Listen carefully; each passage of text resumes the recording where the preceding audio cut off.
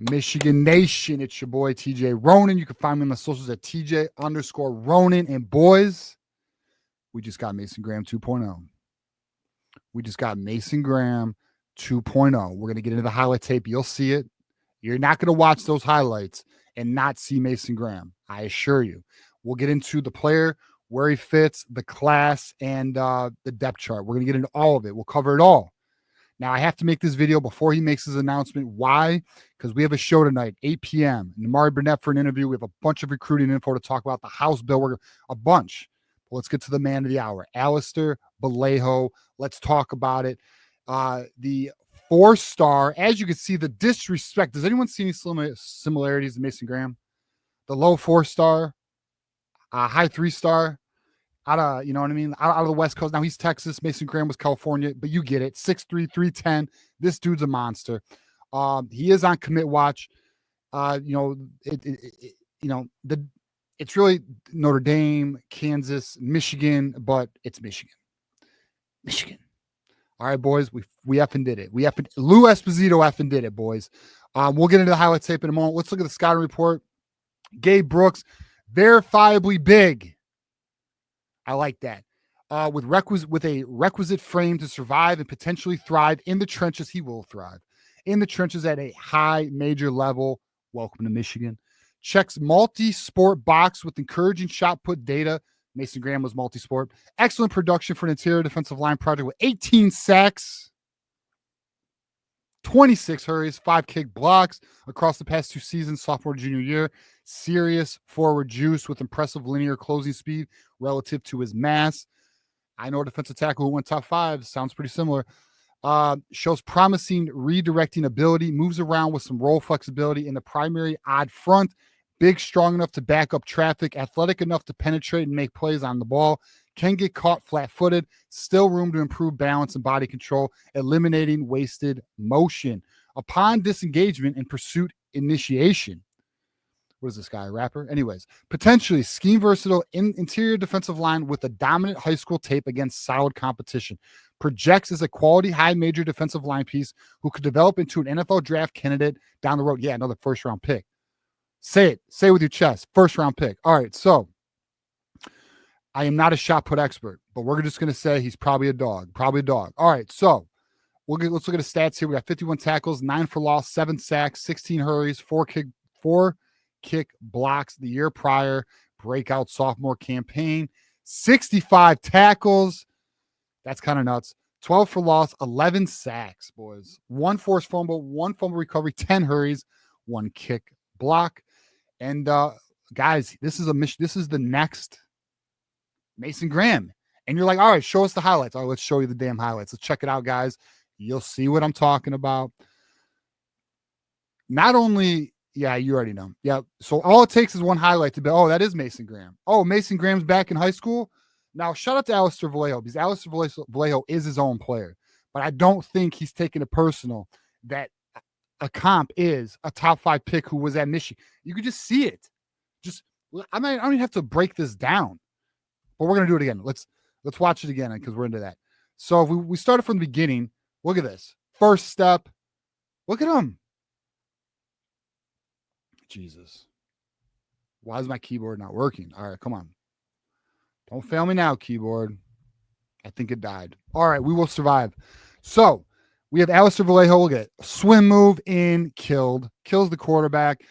This is Michigan defense. This is what we're used to with the Kenneth Grants and the Mason Grahams of the world. Now, this is not a Kenneth Grant. This is a 3-tech defensive tackle who will be playing the Mason Graham role, who will be collapsing the pocket. Dude, it is like the same dude. He's just wearing 56 instead of 55. He's a damn beast. Oh, my God. I feel bad for the quarterback, you know? It just, his offense, look at that. He just I swear to God, I'm watching Mason Graham when I watch this kid's tape, man. Like, it's Mason Graham all over again. Look at the way he breaks through this double. Forgive me, my keyboard's not working right now, guys, so just bear with me. Right here, breaks through the double. Look at this. Ugh. Beautiful. Beautiful. I mean, this is a hell of a land. You know, there was a lot of questions. Is he like Notre Dame felt very confident? By the way, take that L, Notre Dame. Another one. That's 2 straight L's. We got, damn. Did anyone see that quarterback just die? Or I'm sorry, the running back just right here. He's about to die. Oh, call the police. There's been a murder. Block. Jesus. Looks familiar, doesn't it? Looks familiar. It's like a clone, except it's insane. We're only a minute into this, guys. We are only 1 minute into this highlight tape. Buckeyes, I know you're watching.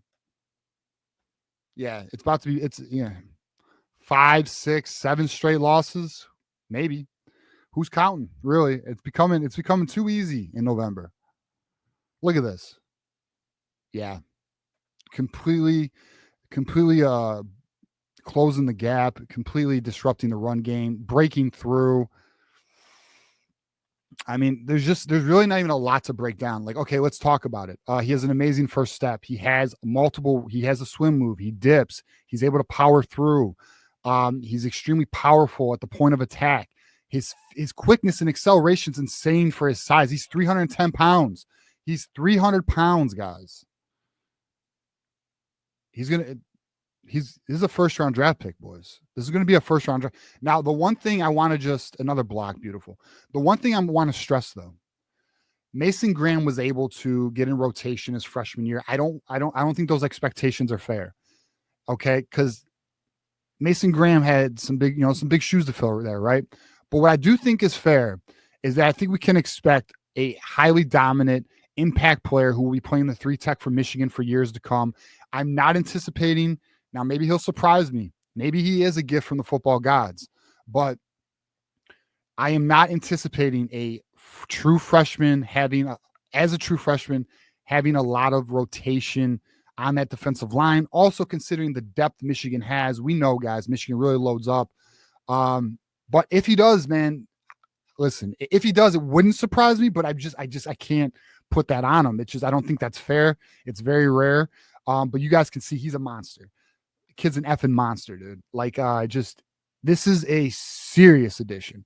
His ranking is disrespectful. This is a top 100 kid, man. This is a top 100 kid. This is a top 100 kid. You are watching. The film tells you what is, like, I don't even understand. This is, again, I know there's a player's mom. I won't mention their name. We talk about this. These rankings, they don't know what they're doing. Like, this is a great example of a player not being evaluated properly, and I don't know why, and I don't care either. Michigan has identified them. They want them, and this is what Michigan does. They identify these gems. This kid, I don't even want to call him a gem because it's so obvious. But they identify these players that they believe they can develop to the next level. And when I mean next level, I don't mean NFL, even though, yes, that's the goal, but I mean next level as a player, reaching their potential, becoming a complete player, run game, pass game, just becoming a disruptor and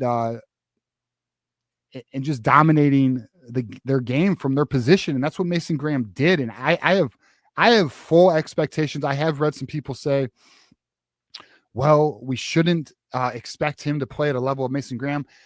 I'm not necessarily saying he'll be the All-American top 5 pick Mason Graham was, but I do believe this is an all Big Ten caliber player. I do believe this kid can be a first-round pick. And I do believe this kid is a top 100 player right now. And I think Michigan has found themselves an excellent cornerstone. I don't care about his ranking. This is a cornerstone player, guys. This is a top 100 player in my eyes, and that's how I'm going to look at it. I don't care that what did 247 have him? They had him at the composite had him at 443. I don't know. It's sad. Let's take a look at the class, guys. So here's the class. Alister Vallejo is not yet in it, but he will be. He will be. That is the expectation. He will be committing in 35 minutes. We have Michigan Wolverines live at 8 o'clock. Jam-packed show. If you're watching this video, the show is either going to begin in about 30 minutes or it's going to be running. Check us out. We got a lot to talk about, a lot of recruiting nuggets. I mean, we are loaded. I have so much there hasn't been this much to talk about in a long time. We're all going to talk about the House bill that passed. We're going to talk about what the impact means for Michigan. You're already seeing it. You are seeing major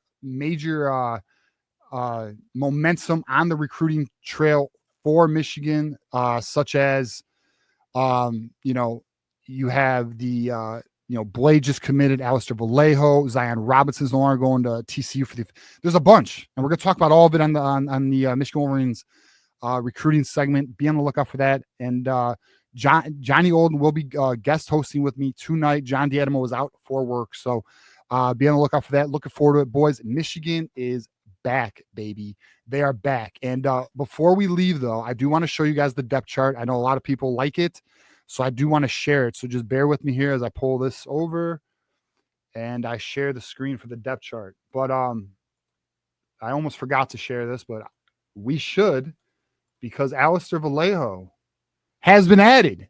Boom, baby. 6 blue chip players, 3 hidden gems. I love all 3 of these kids. I love Jalen Pyle.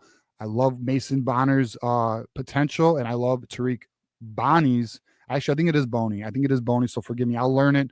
Tariq Boney's upside. I mean, damn, he just got invited to the Under Armour All-American game. You would know that if you watched my Mikhail Blade breakdown. But, boys, what are you seeing in the trench? Look at the trenches. Look at how Michigan's building it out. There's some big targets for the offensive line, defensive line. What happens with Carter Meadows? What happens with Titan Davis? We're going to talk about that tonight. Big topics, but yeah, no, Michigan's doing the thing, and we know the receiving class. It's looking to be pretty elite from Travis Johnson, Zion Robinson. What is it? Braden. Shoot, why am I now drawing a blank? My guy from Georgia who just got. I'm drawing a blank on his last name right now. Who just got predicted by Steve Wilfong to flip from Georgia to Michigan, who runs 24 miles an hour, by the way. No hyperbole.